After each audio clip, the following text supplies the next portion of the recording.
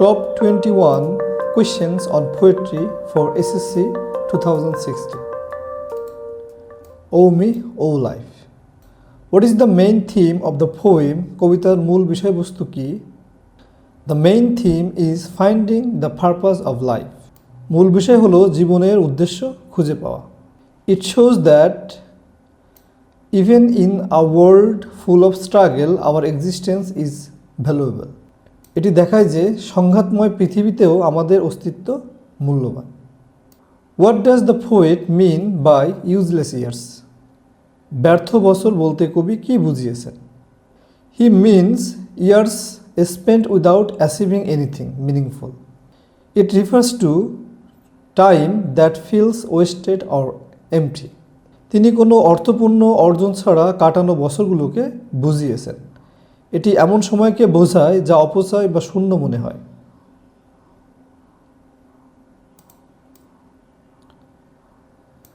What do sordid and plodding mean?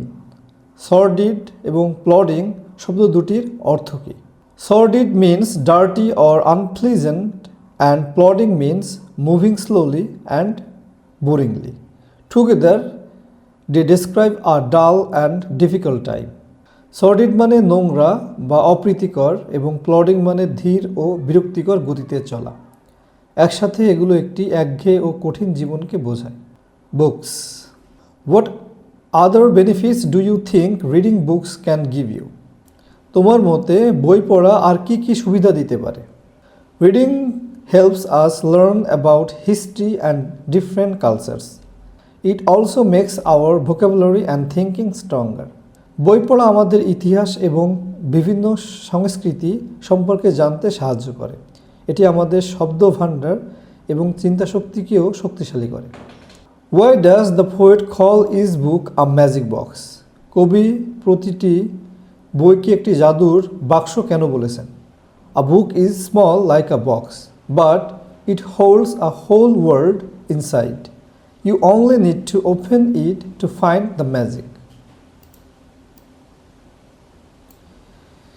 একটি বই বাক্সের মতো ছোট, কিন্তু এর ভেতরে পুরো একটি জগৎ থাকে. জাদুটি খুঁজে পেতে তোমাকে শুধু এটি খুলতে হবে. What does the poet mean by we sail along the page? কবি আমরা পৃষ্ঠার উপর দিয়ে পাল তুলে চলি বলতে কি বুঝিয়েছেন? It means that reading is like traveling on a ship. The words carry us to far off places while we stay still. এর মানে হলো পড়া অনেকটা জাহাজে ভ্রমণের মতো. আমরা স্থির থাকলেও শব্দগুলো আমাদের দূর দূরান্তে নিয়ে যায়. Two mothers remembered. Who was the speaker's second mother? Describe her briefly. বক্তার দ্বিতীয় মা কে ছিলেন? তার সংক্ষিপ্ত বর্ণনা দাও. The second mother is the original mother after she lost her memory.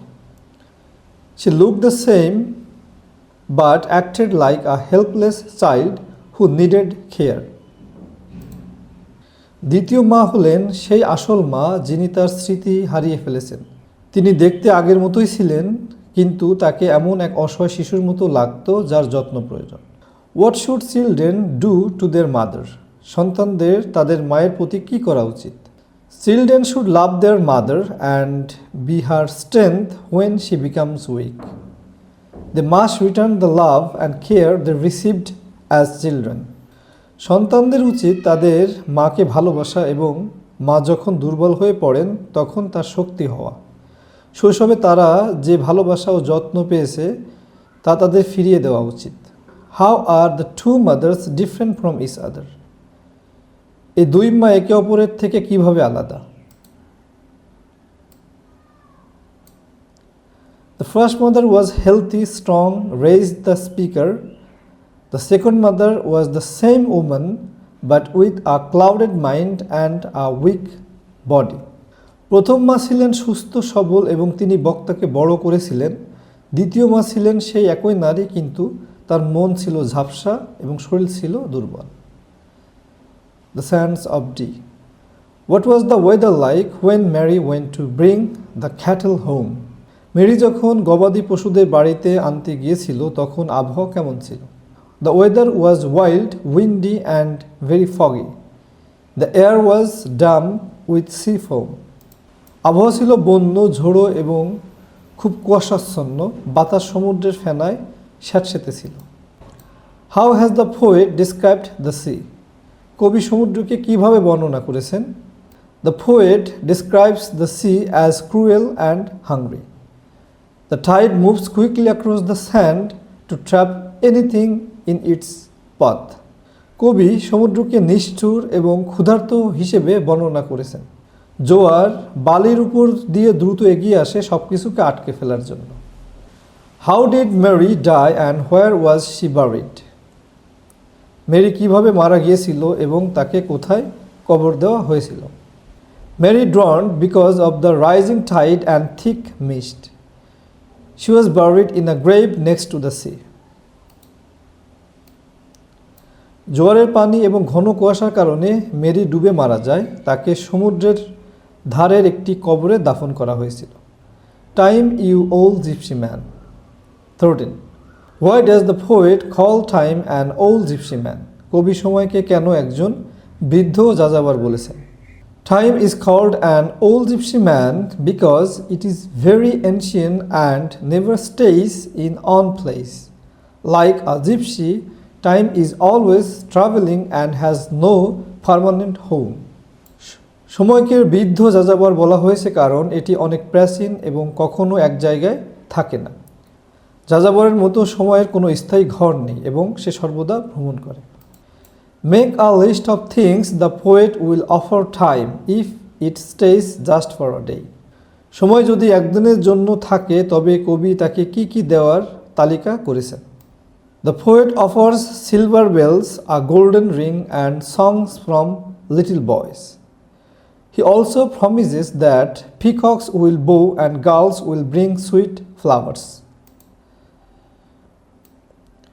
কবি রূপোর ঘণ্টা, সোনার আংটি এবং ছোট ছেলেদের গান উপহার দেওয়ার কথা বলেন। তিনি আরও প্রতিশ্রুতি দেন যে ময়ূর কুর্নিশ করবে এবং মেয়েরা সুন্দর ফুল নিয়ে আসবে। What else can you offer time if it stays for a day?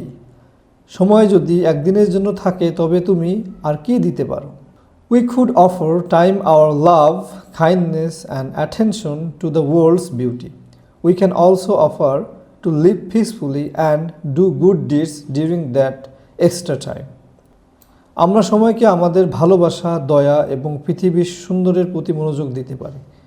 সেই বাড়তি সময়ের আমরা শান্তিতে বসবাস এবং ভালো কাজ করার প্রতিশ্রুতি দিতে পারি। Stopping by woods on a snowy evening. Why did the poet stop by the woods though it was dark and he was alone? অন্ধকার এবং একা থাকা সত্ত্বেও কবি কেন বনের পাশে থেমেছিলেন? The poet stopped because the woods looked beautiful, covered in snow. He wanted to enjoy the peaceful scenery for a moment. বনটি বরফে ঢাকা থাকায় খুব সুন্দর দেখাচ্ছিল বলে কবি থেমেছিলেন। তিনি মুহূর্তের জন্য শান্ত দৃশ্যটি উপভোগ করতে চেয়েছিলেন। Guess what promise the poet had to keep before he would sleep? কবিকে ঘুমানোর আগে কী প্রতিশ্রুতি পালন করতে হয়েছিল বলে তুমি মনে করো? The promises could be his daily chores, family duties, or work goals. He felt he must finish these things before resting. প্রতিশ্রুতিগুলো হতে পারে তার দৈনন্দিন কাজ, পারিবারিক দায়িত্ব বা কাজের লক্ষ্য। তিনি অনুভব করেছিলেন যে বিশ্রাম নেওয়ার আগে তাকে এই কাজগুলো শেষ করতে হবে। Where do you think the poet is going? Why is he going there? তোমার কি মনে হয় কবি কোথায় যাচ্ছেন? তিনি কেন সেখানে যাচ্ছেন?